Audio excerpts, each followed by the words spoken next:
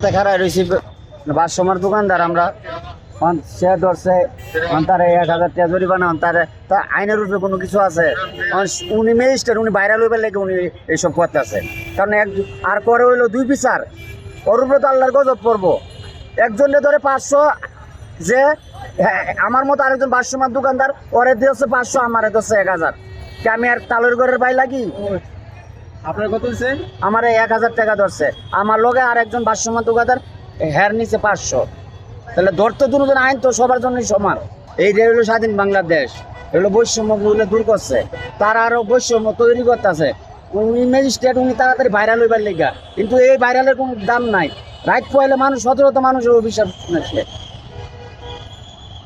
না, টাকা বেশি দেখতে চাই হকারের কাছে, এর লেগে উনি টাকার লোভ সামলাইতে পারতেছে। আল্লাহর কাছে আমি অভিশাপ দিব, আল্লাহ এর বিচার করবো। এছাড়া আর কি করবো? তারে কি আমি ধরতে পারবো না মারতে পারবো? আল্লাহর ছাড়া তো আর কোনো উপায় নাই। আমার দোকানদার নিষেধ, আমরা তো জায়গা বয়ে দোকানদারি করি না। ফুটপাত দিছে, জায়গা দিছে বসবার লেগে, আমি বসে একটু জিরাইতেছি।